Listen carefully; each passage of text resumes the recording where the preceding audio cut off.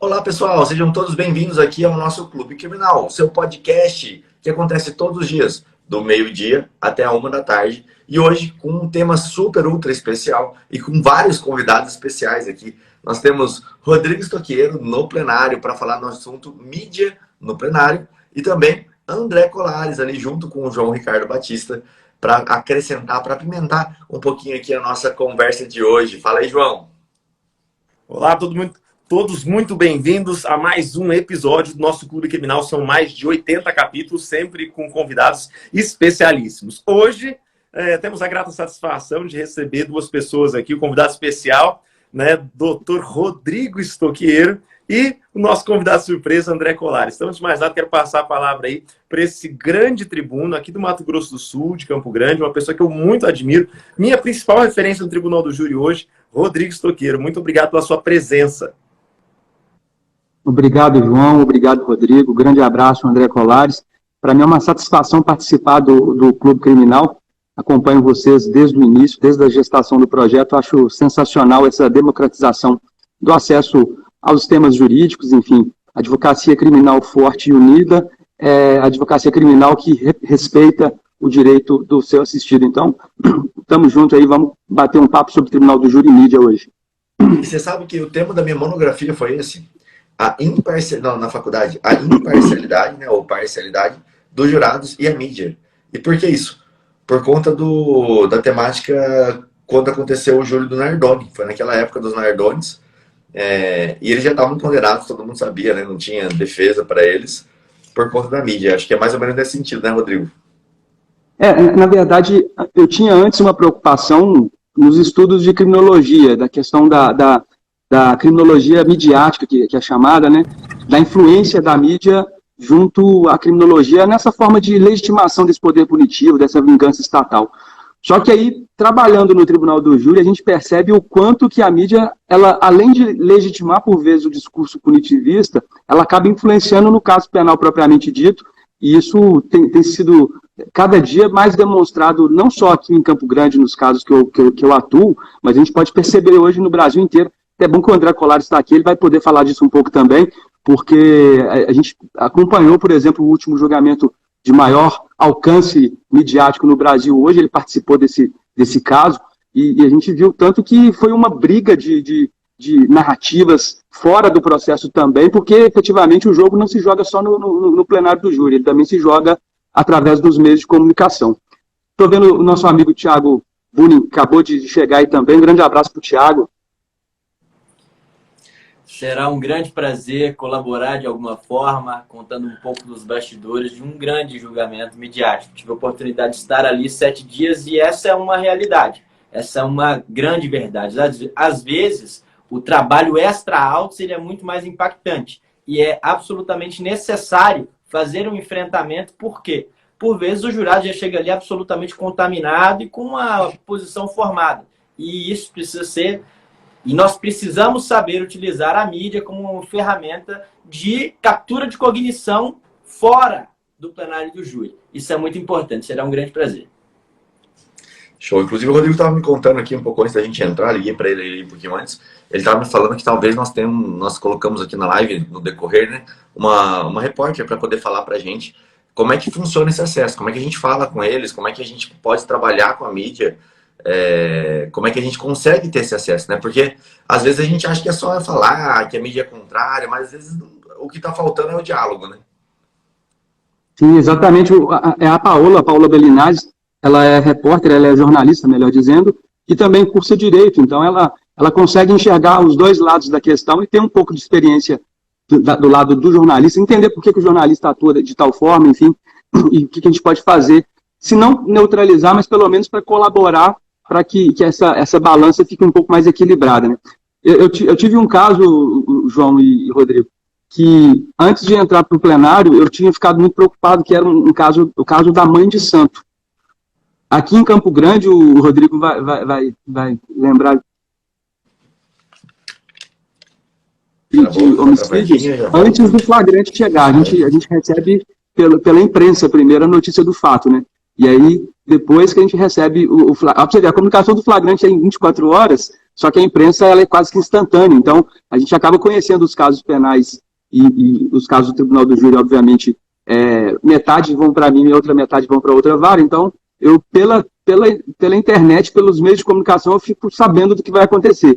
E certa vez, houve um caso muito rumoroso aqui em Campo Grande, porque tratava de uma senhora que era conhecida como mãe de santo.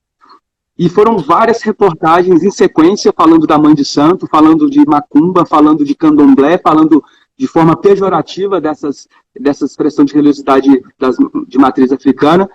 E quando o caso chega na defensoria para mim, eu falei, poxa, o meu primeiro problema está aqui, porque já houve essa exposição, entre aspas, negativa, eles deram um tom negativo para o fato daquela mulher ser uma mãe de santo, e eu precisava melhorar essa situação. Só que eu já cheguei num momento do processo em que o diálogo com a imprensa já estava um pouco prejudicado. E aí, para piorar, quando eu acesso o processo, integralmente o processo que ia ser levado à júri popular, imaginem os senhores que mais de 100 páginas eram notícias jornalísticas. E aí, é uma realidade interessante que, se para o juiz togado essas informações de jornal, elas pouco importam, aliás, elas nem aparecem no processo penal comum, no processo do Tribunal do Júri, você vai observar, por vezes, processos em que a maior parte, ou talvez a metade das informações que ali constam, são matérias jornalísticas. E porque o Conselho de Sentença, que é formado em sua grande maioria por jurados leigos, ele não faz essa diferenciação. Então, ele observa, e a imprensa acaba tendo uma certa credibilidade, e ela tem uma credibilidade das versões que são colocadas ali, embora a gente saiba que muitas das vezes ela corresponde somente a um lado da história, e aí a imprensa ela acaba tendo um peso muito grande no julgamento. Nesse caso da mãe de santo, por exemplo, eu gastei metade da minha fala para falar sobre as expressões de religiosidade de matriz africana, explicar o que são, como são praticadas, e para tirar esse peso negativo que havia claramente sido colocado através da imprensa no caso.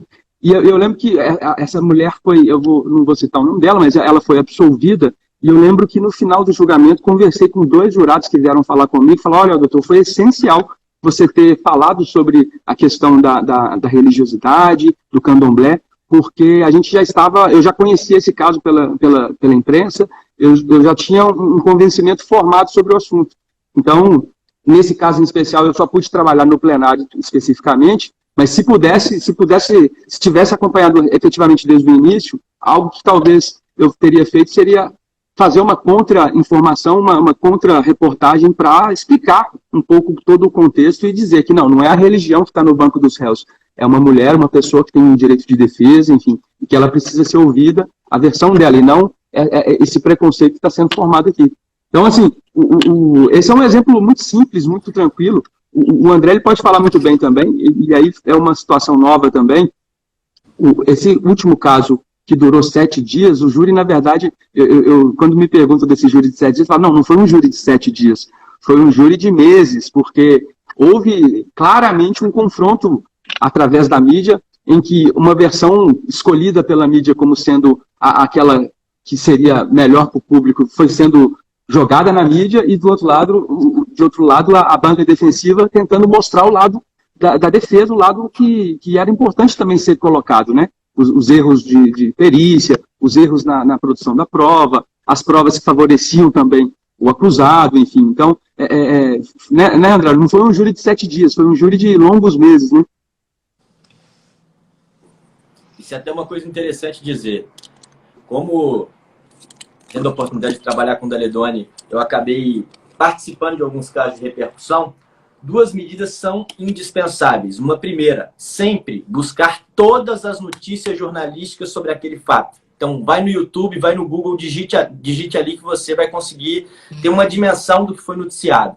Uma segunda coisa, às vezes, durante a sustentação, não é possível fazer um enfrentamento de tudo que foi colocado na mídia, tudo que foi falado sobre aquela pessoa.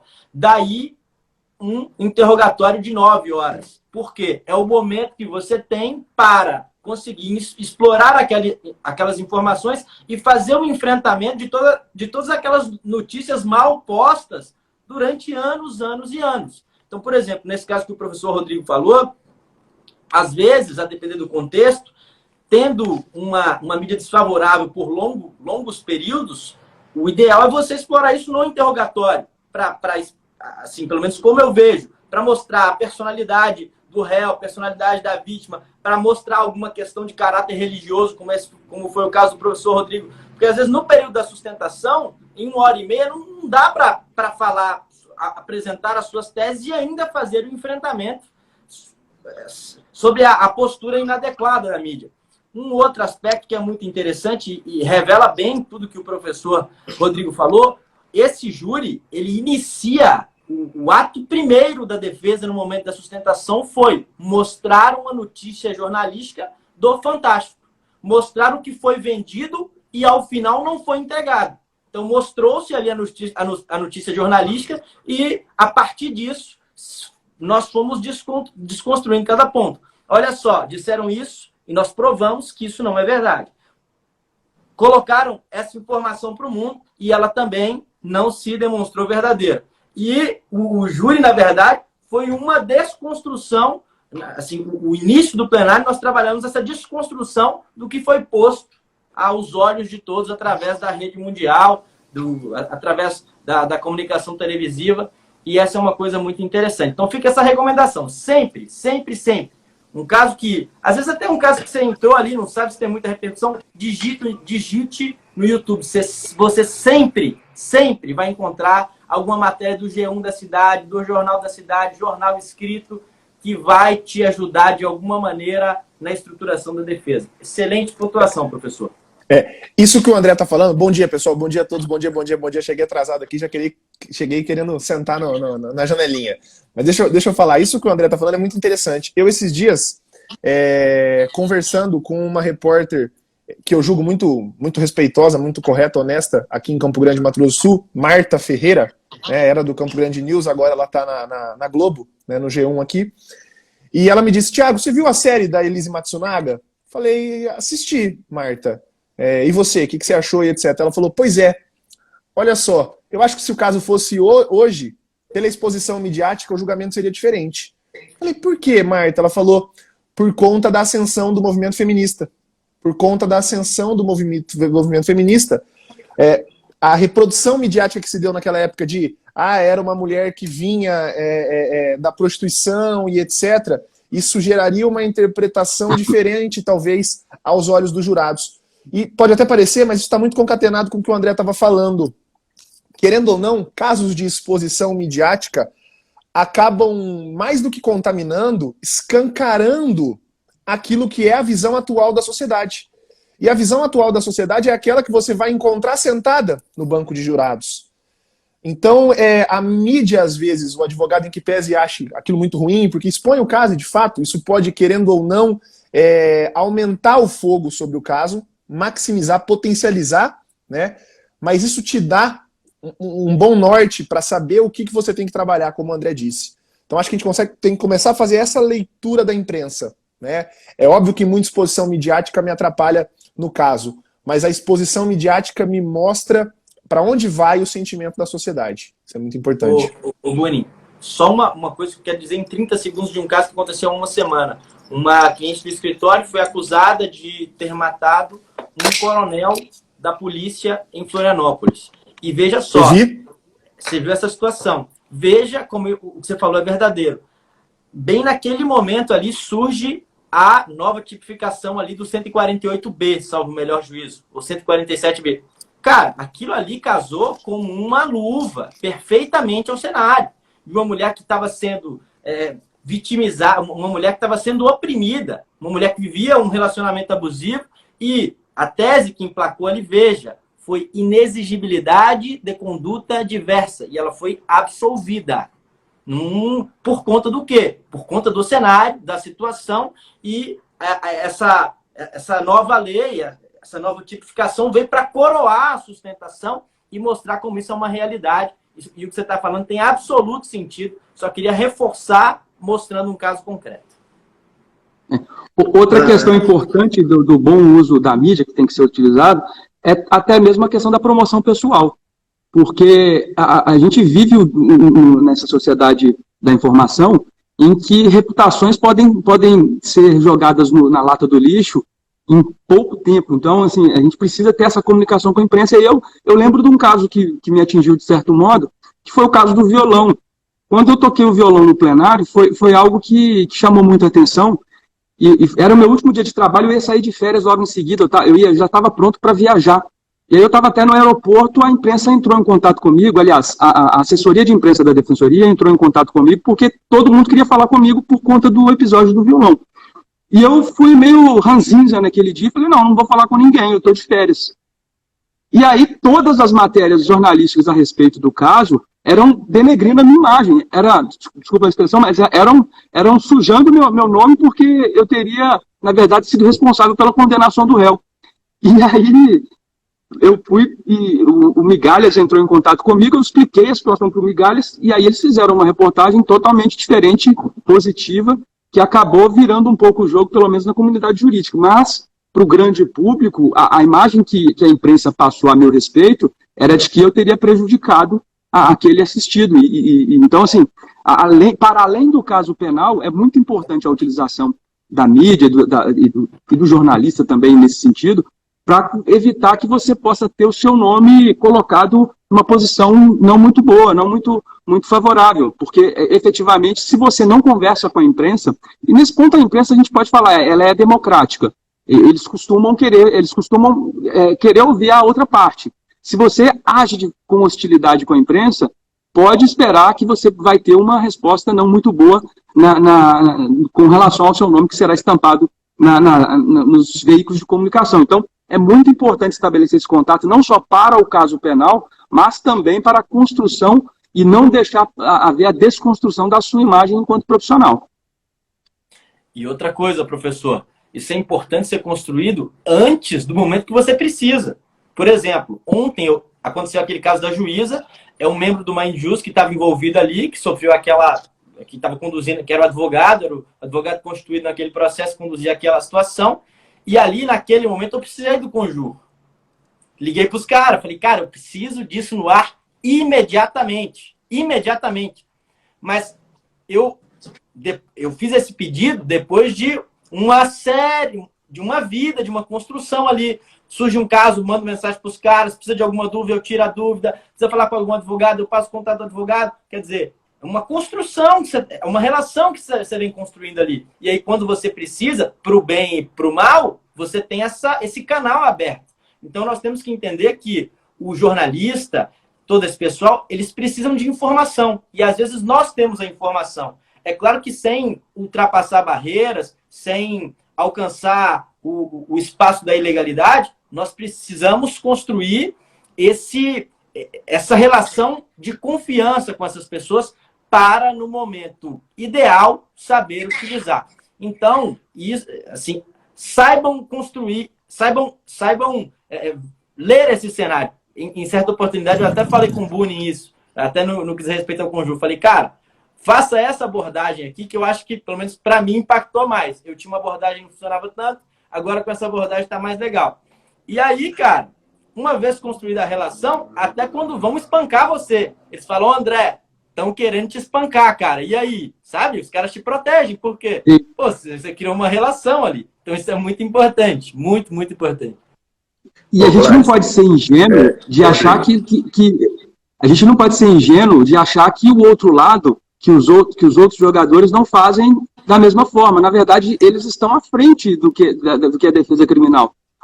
Os órgãos de persecução penal, eles dialogam com a imprensa todos os dias. Eles oferecem material todos os dias. Então, a gente tem que parar com essa ingenuidade de achar que a gente pode estar cruzando um limite ético, quando, na verdade, esse limite ético já foi cruzado há muito tempo.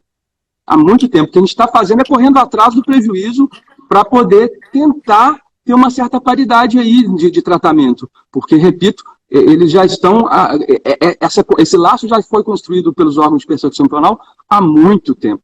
Há muito tempo. E aí, grandes operações, o Ministério Público atua com a imprensa quando realiza grandes operações. A Operação Lava Jato, ela foi toda construída, a credibilidade da Operação Lava Jato, ela foi toda construída através de uma relação muito próxima entre o Ministério Público e a imprensa tinha informações, detinha informações de segredo de justiça, informações que não poderiam nunca sido disponibilizadas ao grande público, e desta forma criou-se uma credibilidade que foi quase inquebrantável. Aliás, até mesmo com a revelação das conversas espúrias entre o Ministério Público e o juiz da causa, até com essas informações tendo sido levantadas depois, foi difícil de quebrar a credibilidade. Há muitas pessoas que ainda defendem com unhas e dentes o que foi feito ali. Imagina sem uma construção anterior da defesa com os órgãos de imprensa. Fica muito mais difícil, a gente tem que correr atrás sempre. Eu nunca cheguei. A Maria, que está aí com vocês, ela também sentiu um pouco disso, né?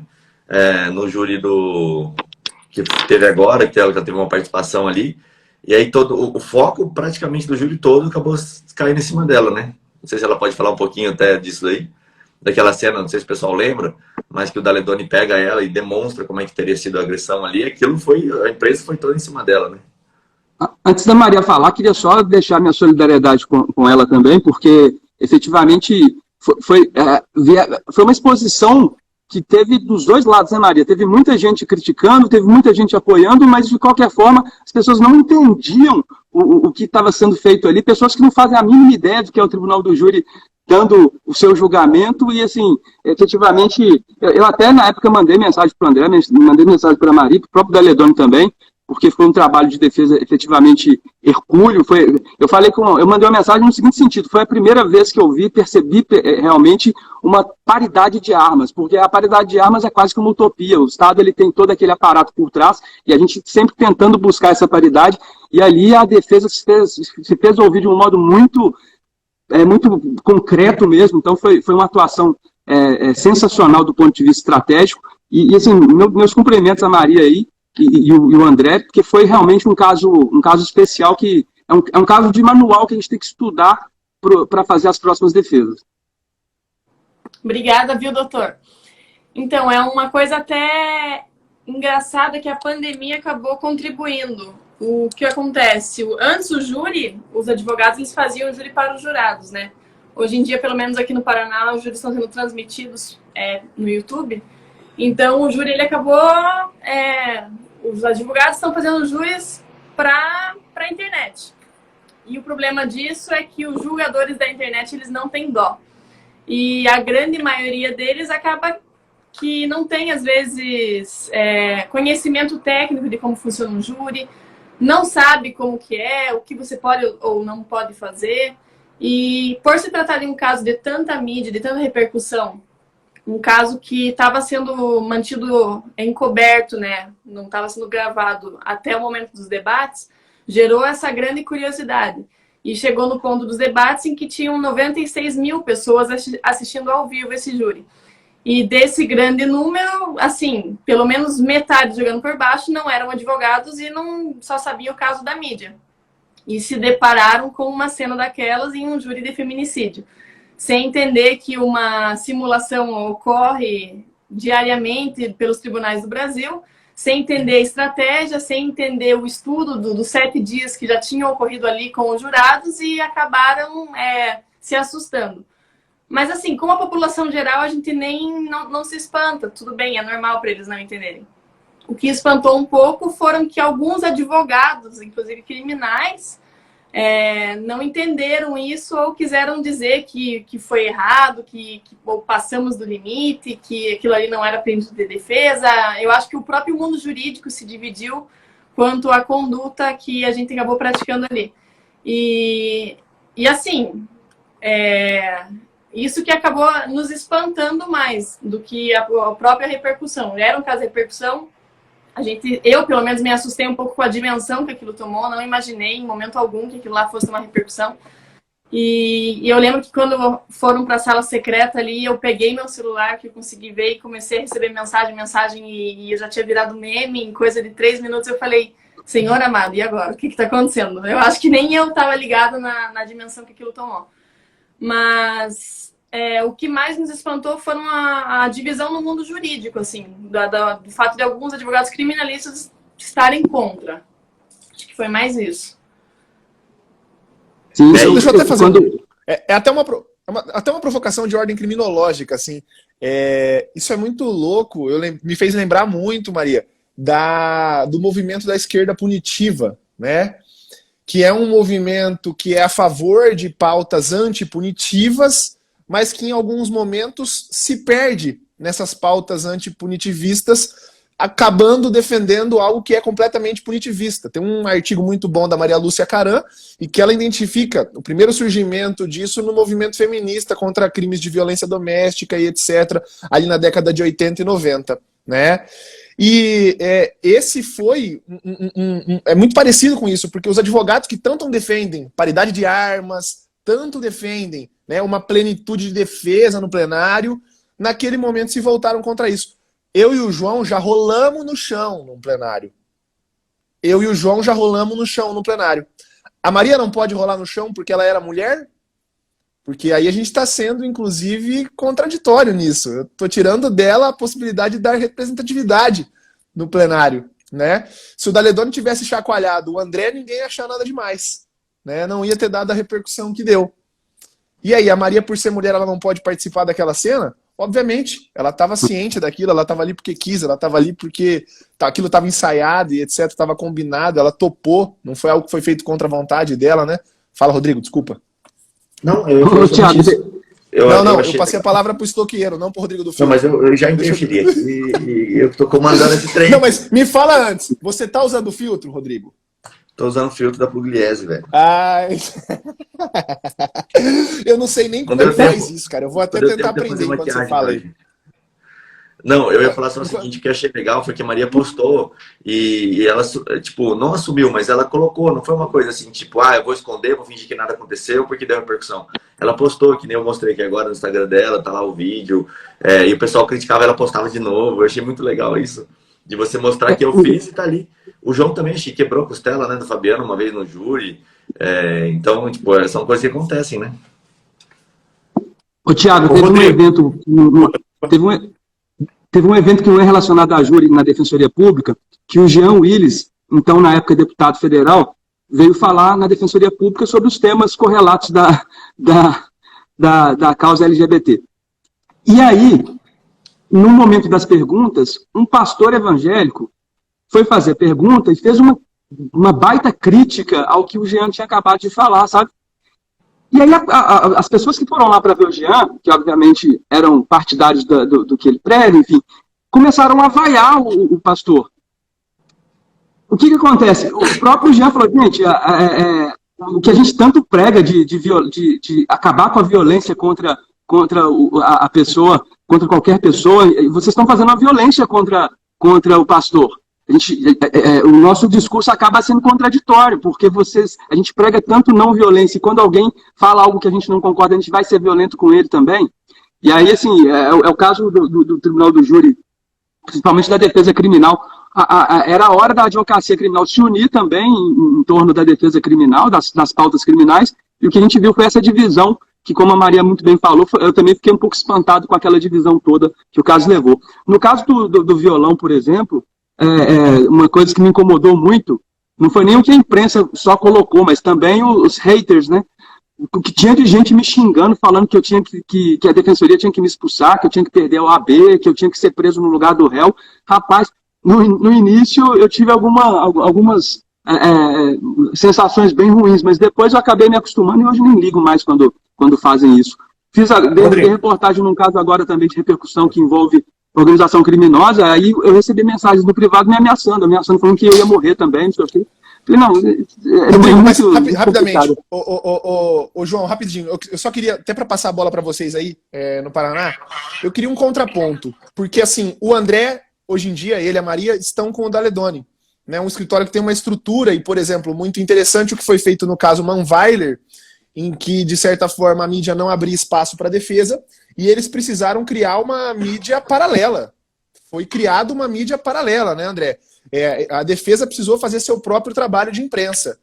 E, em contrapartida, a gente tem aqui o Rodrigo, o estoqueiro, né, que é um defensor público e que não teria todo esse aparato, né, para poder fazer esse trabalho de mídia paralela. Então, eu queria, assim, até me colocando na posição de entrevistador aqui, saber primeiro do André, para a gente ver esse panorama maior, né? Como que foi essa questão da mídia paralela, e depois eu quero ouvir o Rodrigo. Rodrigo, Tudo isso, né, com o escritório de advocacia tem a possibilidade de fazer. Você, como defensor público, que não tem todas essas possibilidades, como que você lida com a imprensa nos seus casos de repercussão? Porque a Defensoria Pública também tem muitos casos de repercussão, né? Talvez um dos com mais repercussão que o Rodrigo teve aqui também foi o caso Nando, né? Que foram vários júris, etc. Teve muita repercussão.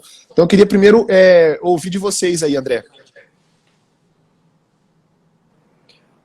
Então, isso é uma situação até interessante e que nos demonstra a importância de estar ligado no mundo digital. A mídia tradicional, em um determinado momento, especialmente na cidade, se fechou por inteiro.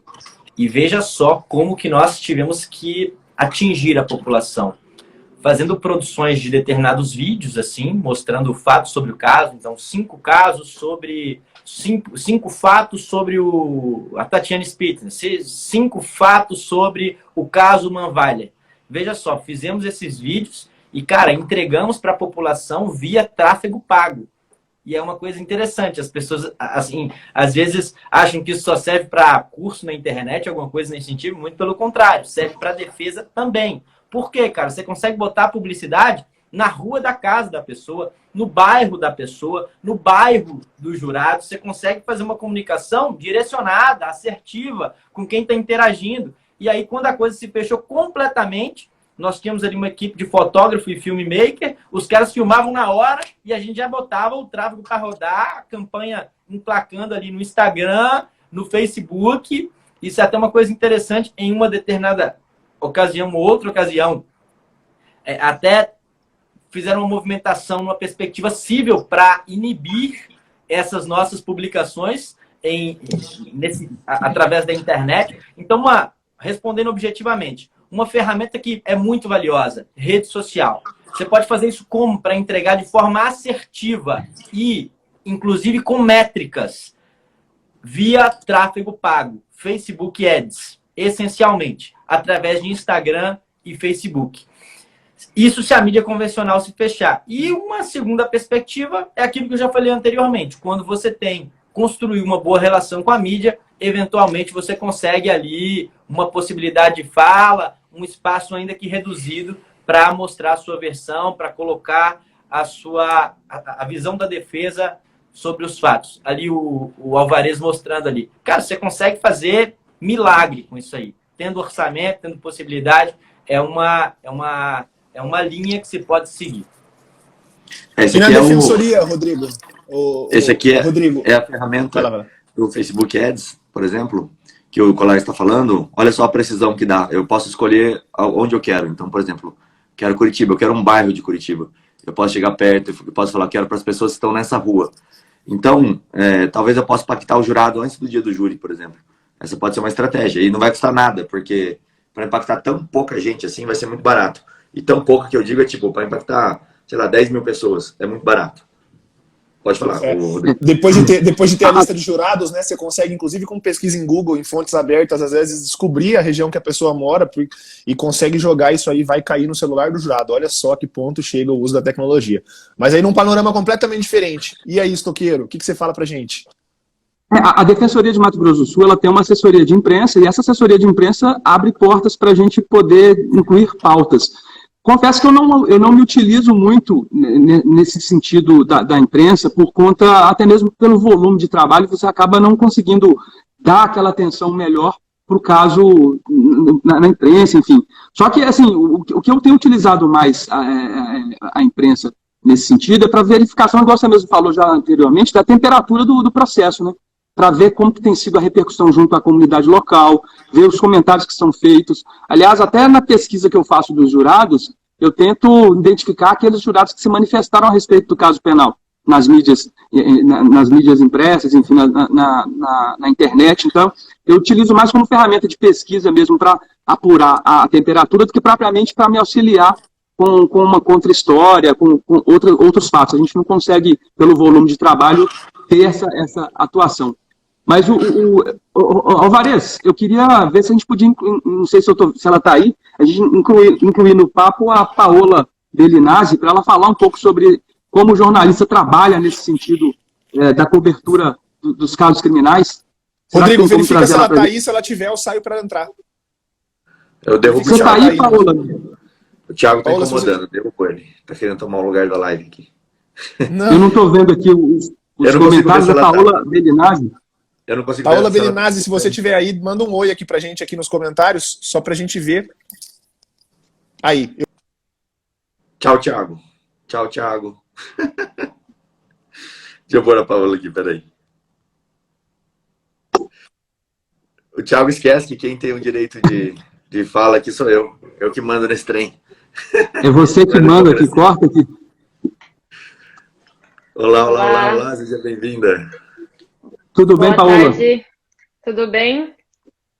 Quero agradecer o convite hoje, estou muito feliz dessa oportunidade de estar com vocês. Como jornalista, admiro muito o trabalho de comunicação que vocês fazem e como acadêmica do direito, ainda no primeiro ano, vocês são referência para mim. Ah, show de bola. Legal. Paola, conta um pouco da sua experiência enquanto jornalista, como que era essa comunicação de você, jornalista, enquanto jornalista, e os órgãos de persecução penal? Quem que aborda quem, normalmente, na maioria dos casos? Você abordava os órgãos de persecução penal ou era o contrário? Como que funciona essa relação? Tá, então, eu acho que é importante a gente falar do início da carreira do jornalista na área policial, né? Porque é uma construção a carreira, né? Inicialmente, o jornalista, quando ele começa a trabalhar, ele começa a fazer aquele primeiro contato numa delegacia, ele vai fazendo uma rede de contatos, ele vai conhecendo profissionais juristas, pessoas que trabalham no fórum, promotores, e assim ele vai construindo essa confiança, né? Como vocês falaram, para obter informações que muitas vezes elas são extraoficiais, né? Então, é um trabalho, né? É uma rede de contatos que você vai criando, porque tem que ter a confiança da outra parte também na divulgação dessa informação, porque uma informação extraoficial a gente não vai revelar a fonte, então acaba sendo também a questão da segurança de quem deu essa informação, e assim a gente pode ir trabalhando. Existem vários meios, né, da gente conseguir informação, inclusive, eu acho que com essa evolução da questão de dados, né, o jornalismo de dados também, ele vem vem a enriquecer e trazer uma ajuda muito importante para o jornalista, né, que está atuando assim nessa área. Basicamente, em relação ao contato com essas pessoas, é o jornalista que vai atrás, porque o princípio do jornalismo é a curiosidade, né? E depois que a gente publicou uma matéria, é quase uma disputa entre os veículos de comunicação sobre repercutir aquela matéria. Então, eu dei uma matéria hoje, eu vou agora fazer um trabalho investigativo para dar continuidade. E nesse ponto, como o André falou, é muito importante que nessa fase de querer interferir ou influenciar o trabalho do jornalista, vamos falar assim, o advogado ele pode se dispor a passar informações que sejam permitidas para criar matérias, para criar conteúdos jornalísticos com qualidade e que possam alterar a maneira como está sendo conduzida aquela informação. E é ruim para vocês quando o advogado procura vocês? Acho que assim, é uma grande dúvida, assim. Eu sou advogado do caso, eu quero falar com a imprensa. Qual que seria até o caminho, assim, que dá pra... Eu, particularmente, assim, eu tenho quase 13 anos de jornalismo, né? Atuei praticamente 8 anos na área e hoje eu trabalho na área da política, né? Mas eu sinto que existe uma distância entre o advogado e o jornalista. Talvez pelo advogado ter algum receio de, como vocês falaram, fugir da ética ali, de ultrapassar esse limite. E existe uma distância, e da parte do jornalista também, de talvez imaginar de que essa conversa não possa fluir, alguma coisa nesse sentido. Mas eu já vejo completamente ao contrário. Eu acho que construir essa relação ela é muito importante e é um ganho para as duas partes, porque o jornalista, eu costumo falar assim, que a pessoa que ela se forma em jornalismo, ela se forma sabendo um pouco de tudo.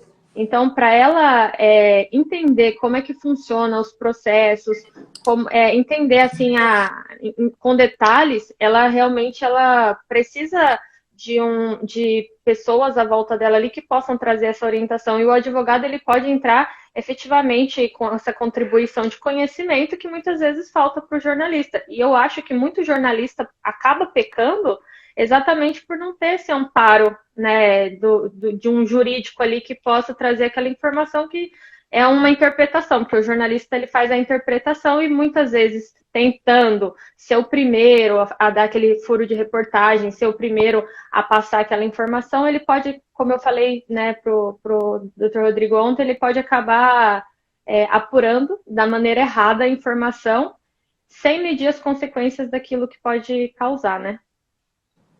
Engraçado que até um tempo atrás, que era a mídia impressa, que normalmente trazia os casos policiais, e não me chamem de velho, por favor, mas o jornalista, digamos que ele teria 24 horas para poder buscar informação e dar o furo, né?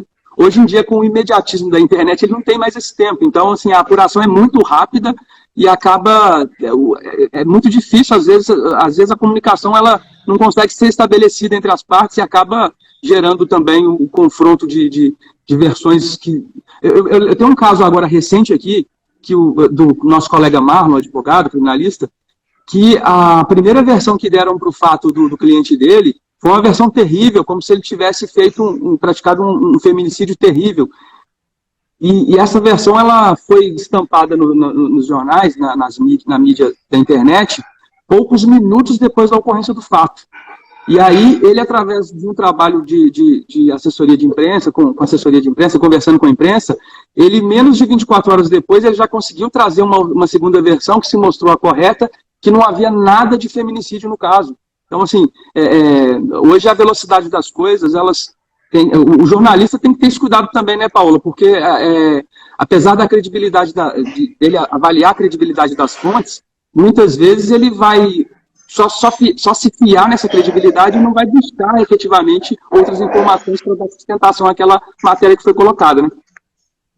Bom, eu penso assim que não é só essa questão de credibilidade da fonte, mas essa questão de pôr o criminoso já como errado, de ter esse punitivismo mesmo e de tratar a pessoa já dessa forma. É uma cultura nossa, né? Então, o jornalista, eu acho que o advogado criminalista, e eu, por eu estar vivenciando esse outro lado agora, eu acho que ele tem muito a ensinar sobre a humanização desse serviço prestado para o jornalista, porque o jornalista ele acaba contando uma história do outro, e muitas vezes esquece de se colocar no lugar dele, né? Essa semana atrás eu peguei para assistir uma série chama Um Contra Todos, da Globoplay, e mostra o caso de um advogado que ele contratou um pedreiro, e o pedreiro colocou uma tonelada de maconha no teto dele e acabou preso. E aí a mídia foi lá e taxou ele como doutor do tráfico, ele passou 4 anos preso e foi provada a inocência dele. O jornalista, né, ele é um exemplo claro de muitos jornalistas que existem hoje, né, aqui no Brasil, que eles acabam sensacionalizando isso e as consequências daquilo acaba sendo pro réu, pra vítima ali, não sei, né, pro cara que foi inocentado. Então, assim, eu acho que precisa dessa humanização. Eu tenho a fonte, eu vou divulgar, mas eu tenho que saber como divulgar essa informação sem ultrapassar essa questão, porque o sensacionalismo hoje atrapalha muito. E a questão da internet, ela veio exatamente para ampliar essa questão. Hoje, você vê esses jornalistas em rede nacional, que eles divulgam no Store a notícia, porque aquilo ali é o tempo real deles, e já vi muitos jornalistas ali divulgando informação, e daqui a pouco eles veem que não é aquilo, eles apagam, e aquilo acaba passando batido. O advogado criminalista, ele segue ali o código, né, a lei. O jornalista não, ele tem um manual de jornalismo, que é o manual lá do Estadão, o manual da Folha. A gente tem uma orientação, mas assim, cada um segue a linha que quer, né, que é a linha editorial do seu veículo de comunicação. E essa questão que você disse das 24 horas, é exatamente isso. Antigamente, quando eu trabalhava como repórter policial, o fotógrafo me ligava 3 horas da manhã para a gente ir na delegacia fazer foto da pessoa que foi presa, para fazer a matéria, aí tinha o tempo de produção, tinha o tempo de impressão do jornal para vir estampado no jornal lá, aquele furo de reportagem. Hoje em dia é uma questão de minutos. Então, assim, eu acho que tem uma responsabilidade muito grande no papel do jornalista nessa área, ou em todas as áreas, mas em especial nessa área, porque está se tratando de vidas. E se a gente não levar para a função do jornalista, como todos os setores, a humanização no serviço, a gente acaba tendo prejuízos muito grandes, né? Principalmente vocês como advogados criminalistas que interferem, né, no trabalho de vocês.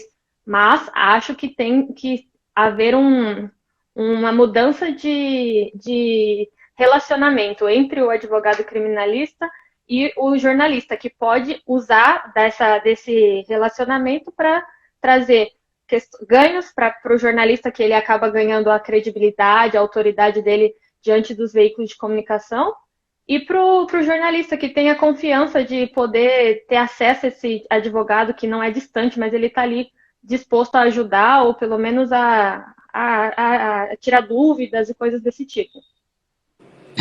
Eu brinco que eu cheguei para um jornalista uma vez e falei, olha, vocês estão fazendo minha mãe chorar, tá ficando chateada todo o tempo, porque minha mãe fica procurando na internet notícias relacionadas ao meu nome. Aí teve um júri que a acusação era de que o sujeito fazia parte do PCC, que ele tinha matado uma pessoa e que ele participava de organização criminosa. A tese de defesa foi negativa de autoria de tudo, né? E aí ele foi absolvido, né? E aí a imprensa colocou: líder do PCC é absolvido. Eu falei, poxa, vocês estão de sacanagem. Eu falei que ele não é, e os jurados absolveram ele, vocês colocam que ele ainda é. Vocês estão de sacanagem. Aí, mesmo com o resultado do júri tendo sido favorável, eles colocaram a matéria como se ele ainda fosse o cara condenado, enfim, o sujeito pré-crime, né, o sujeito que teria praticado o crime. Eu falei, aí minha mãe eu concordo com a minha mãe, só sai notícia ruim com o meu nome, pô. É o caso que eu contei ontem, né? A questão por exemplo, uma pessoa que aconteceu aqui na cidade onde eu moro, né? A pessoa, o rapaz, ele era suspeito de estupro, né? A mídia deu o nome de estuprador da moto. Qualquer caso que acontecia relacionava ao estuprador da moto. Chegou um dia que a população cercou a delegacia e queria linchar o cara. Aconteceu numa outra cidade que eu trabalhei, de chegarem a espancar o cara até o cara morrer, porque a mídia criou isso. Então, é o que eu falo, a mídia tem uma responsabilidade muito grande nessa questão das consequências que aquela matéria vai gerar. Como o advogado pode mudar isso? Eu acho que é tentando se aproximar, tendo um relacionamento mesmo com o jornalista, propondo pautas, trazendo atualizações da área jurídica na área criminal que possam se tornar pautas relevantes para os veículos de comunicação, trazendo, talvez em algum caso específico, trazendo informações que mostrem o contrário daquilo que a pessoa está divulgando. É um relacionamento mesmo. Isso que a Paula falou é muito importante. A questão de trazer pauta, não necessariamente que você, advogado criminalista, vai levar uma pauta relativa ao julgamento que você vai trabalhar. Você pode trabalhar com pautas da seara criminal, por exemplo, uma atualização da legislação criminal. Você oferece ao jornalista essa pauta, por exemplo, e aí você constrói, inclusive, uma autoridade ao falar sobre o assunto. Então, não é basicamente trabalhar somente no caso penal, mas também trabalhar com pautas que digam respeito à atualização, enfim, para que quando você chega no plenário do júri, aquele conselho de sentença já tenha familiaridade contigo, porque ele te viu nos órgãos de imprensa falando sobre direito, falando sobre essa área criminal. Então é muito importante a atuação, esse bate-bola entre advogado e jornalista, não só no caso concreto, mas também em outras pautas que são possíveis de se levar, né, Paula? Isso, a gente tem várias formas de em busca de pautas nessa área, né? Então, por exemplo, a gente pode acessar um site da segurança pública para levantar o número de dados de determinado crime na cidade, no estado. A gente pode fazer a busca por processo, que antigamente era muito mais fácil, porque estava tudo lá escrito, a gente só ir atrás da pauta. A gente pode, a questão dos dados mesmo, né? Fazer levantamento de dados, e a gente precisa de um profissional para poder abordar, criar uma interpretação daquilo, e isso chama criar autoridade, né? Existe uma diferença entre o marketing digital e a questão da comunicação, assessoria de imprensa.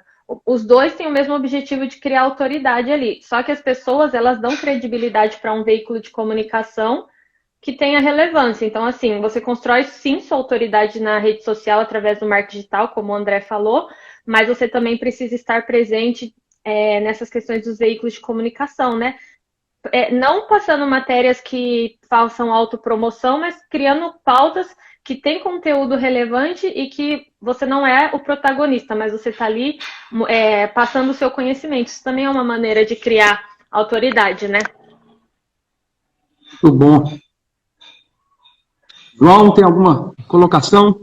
Sim. Deixa eu dividir com vocês algumas situações que são muito prejudiciais e como superar isso na prática. Eu até queria saber do Rodrigo o que ele pensa em situações como a que eu vou narrar agora. Teve um episódio no interior de São Paulo que o acusado estava sendo condenado, acusado de praticar algo muito bárbaro, era um crime bem pesado, que envolvia vítimas, sabe, 2 idosas senhoras, uma com 65 anos de idade, outra com 80, um negócio assim, muito, muito agressivo aos olhos da sociedade. O negócio foi tão intenso, seja a publicidade da mídia, ou até mesmo a repercussão que o caso tomou numa cidade pequena, que o júri não aconteceu no plenário do júri do fórum, aconteceu na Câmara Municipal, na prefeitura, porque a sociedade queria estar presente, era antes da pandemia, então muita gente participou. E eu senti que ali havia, antes mesmo do plenário, uma espetacularização midiática do processo, do crime, bem como um pré-julgamento extraprocessual que já havia uma sentença da sociedade. Tanto é que quando eu sustentava, em inúmeros momentos, eu era interrompido, alguém gritava, defensor de bandido, é porque não é a sua mãe. E aí a juíza me interrompia e pedia para não se manifestarem, falava que ia sair do plenário e tal. Então, como o André falou, que às vezes a gente precisa, no interrogatório, ter tempo para explicar, eu gostaria de saber, assim, de você, Rodrigo, quando isso acontece contigo, sabe? Você vê, olha, já houve um julgamento ilegítimo fora do processo, a sentença social já foi dada por conta de uma mídia que já processou e condenou o meu cliente, e aí o que fazer nessas circunstâncias? Depois eu dou os meus pitacos aqui do que eu fiz naquele caso, mas eu gostaria de saber de você, porque você é o nosso convidado especial, temos aqui a nossa jornalista também, que tem propriedade no tema, né? Com você, Rodrigo, como que você faz nessas circunstâncias? Primeiro, você me fez lembrar, João, de um caso que o Rodrigo Alvarez estava falando e, de repente, uma pessoa da plateia interrompeu ele, gritando aos gritos, aos berros também, xingou ele. Ele ficou meio desconcertado na hora, mas logo já voltou para... Lembra, Rodrigo, desse caso? Mas, então, João, às vezes eu fico um pouco frustrado, confesso que fico às vezes um pouco frustrado, porque você percebe que o júri ele já escapou há muito tempo. E é muito ruim quando você não tem domínio sobre a situação. Então você acaba sendo levado e tragado junto para o ralo quando um caso desse acontece. Efetivamente, eu gosto de falar no plenário, de expor essa situação, sabe? É um pouco até constrangedor por vezes, porque eu acabo colocando o dedo na ferida e ferindo sensibilidades. E aí, enfim, não que seja uma estratégia boa você, às vezes, não ofender as pessoas, mas você tocar em pontos sensíveis, que possam ser sensíveis para a comunidade, mas é porque, por vezes, eu acabo tendo que dar um recado para a comunidade do absurdo que é esse pré-julgamento, enfim. E isso me frustra um pouco, porque não são poucos os processos que, às vezes, eu já cheguei para o plenário sem chance absoluta nenhuma de conseguir algo positivo. Tem o caso do nosso colega Lucas, por exemplo, que no interior de uma cidade, na cidade de Bonito, que a imprensa local deu uma análise do caso tão prejudicial ao acusado, e assim, o próprio assessor da juíza se manifestou nas redes sociais, vários jurados se manifestaram nas redes sociais. Deixa eu te interromper, esse caso aí é um caso que eu e o Rodrigo fizemos, o plenário foi nós dois, eu estava nesse caso aí, sustentei nele. Foi um absurdo. E o Tribunal de Justiça entendeu que esse caso não era caso de desaforamento. Eu falei, poxa, se esse caso não é caso de desaforamento, o que precisa mais ser dito e feito para se desaforar um processo de júri? Esse caso, você deve ter percebido isso. A hostilidade daquela comunidade para com o caso era tremenda. Era um caso também quase que impossível por conta dessa hostilidade que foi criada através da imprensa. Não foi mesmo? Não foi? É esse mesmo caso, né?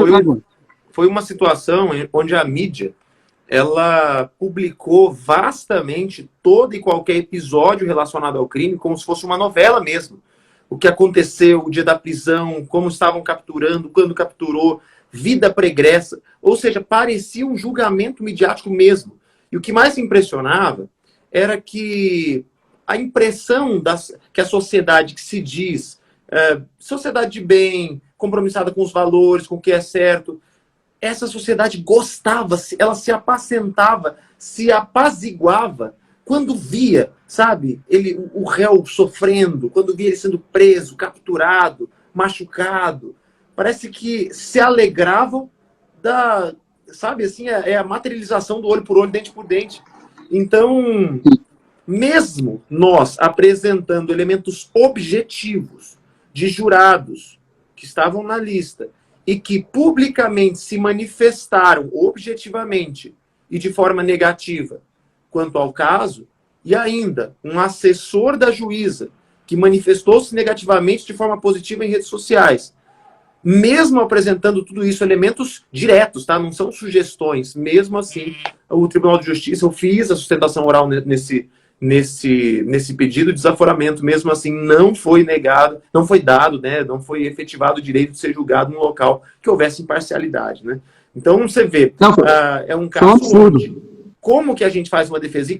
E assim, tem umas particularidades do caso, enfim, mas eu senti que nós estávamos ali tentando defender o indefensável. E aí você vê, poxa, até que ponto, né, a ética, no momento do jornalista, realmente sentenciar a pessoa de uma maneira, ela se contrapõe ao direito da sociedade ter conhecimento amplo sobre o que está acontecendo, né? Então, assim, se depender quando a gente coloca no jornalista os valores ética e dinheiro, né, porque essas informações, elas valem, né? Quem lança melhor e lança primeiro, ganha mais visibilidade e pecúnia. Então, quando você começa a ver, quais são os valores mais importantes para um jornalista, ética ou dinheiro? E aí a gente sabe o mundo que vive. Eu tive um caso, João, que o réu na cidade do interior do Mato Grosso do Sul que ele morava e que teria praticado o delito, ele também sofreu uma exposição midiática muito pesada, sabe? E aí os jurados começaram a se manifestar e alguns até manifestar temor no julgamento. E por conta disso, esse julgamento foi desaforado para Campo Grande. E aí o Ministério Público juntou todas as matérias jornalísticas desse caso e levou para isso, e explorou isso no plenário, né? E aí eu usei ao meu favor esse fato. Falei, olha, a exposição midiática foi tão exagerada que ela influenciou negativamente aquele conselho de sentença daquela cidade e por isso o caso veio para cá. E eu tenho convicção que agora que o conselho de sentença não vai se basear em matérias jornalísticas para julgar esse caso como aquele jurado lá daquela cidade iria se basear. E o resultado positivo foi alcançado, sabe? Porque efetivamente naquela cidade ele não teve um julgamento justo, um julgamento imparcial. Em Campo Grande ele teve, e assim, grande parte, ele não foi absolvido, porque não era caso de absolvição mesmo, mas as qualificadoras foram todas retiradas e foram afastadas, e por conta dessa atuação de um jurado isento, que eu chamei os jurados de isentos, que eles não iriam se deixar levar pelo canto da sereia, pela notícia fantasiosa que foi colocada naquele local onde o fato teria ocorrido. E até é engraçado de ver isso, né? Porque se o júri foi desaforado por conta das notícias, como é que pode o promotor agora utilizar as mesmas notícias, né? Isso é muito estranho, né? Bom, pessoal, vamos lá. Estamos chegando aqui a mais de 1h05 de live. Quero agradecer muito a presença. Hoje nós batemos o recorde de pessoas na live. Eu contei que foram mais de 7. 7 pessoas participando da mesma live aqui. Quero agradecer ao Rodrigo, a Paola aí que participaram, o André Colares, a Maria, o João, o Thiago, todo mundo que esteve aí por aqui. Obrigado. E vou deixar a palavra aí com o Rodrigão para ele poder dar o pitaco dele. Ô, Rodrigo, antes do Rodrigo Stoqueiro falar, eu só quero lembrar o pessoal, tá? Todos os dias a gente fala aqui sobre a nossa aula gratuita, às 8h45, toda terça no YouTube, tá ok? Então nos vemos, Criminal na Prática, 8h45. Rodrigo Alvarez. Agradecer o Rodrigo Alvarez, agradecer o João. Um abraço carinhoso no André, com muita saudade de você, meu irmão. Maria, também um prazer tê-la conosco aqui hoje. Paola, muito obrigado também pelo auxílio aqui hoje. E só dizer para vocês o seguinte, sejam amigos da imprensa, amigos dos jornalistas, viu? Porque eles podem te ajudar, mas se você não, mas também podem atrapalhar muito. Então, sejam amigos de jornalistas. Um abraço para o Thiago Bunin também, nosso galã aqui do Clube Criminal. Ué. Show de... Valeu, pessoal. Até mais. Grande prazer rever vocês, meu irmão. Bom demais estar aqui no Clube Criminal pela segunda vez. Obrigado pela oportunidade. Obrigada, pessoal, pela oportunidade e a gente se vê na próxima. Quero agradecer também aí o convite de vocês. Cheguei há pouco tempo, né? Conheci vocês há pouco tempo através do Dr. Davi Fontes de Bauru, que ele me indicou vocês. E agora espero acompanhar esse período da faculdade, atrelando aí o conhecimento que vocês estão passando, tá bom? Que precisarem, estou à disposição. Abraço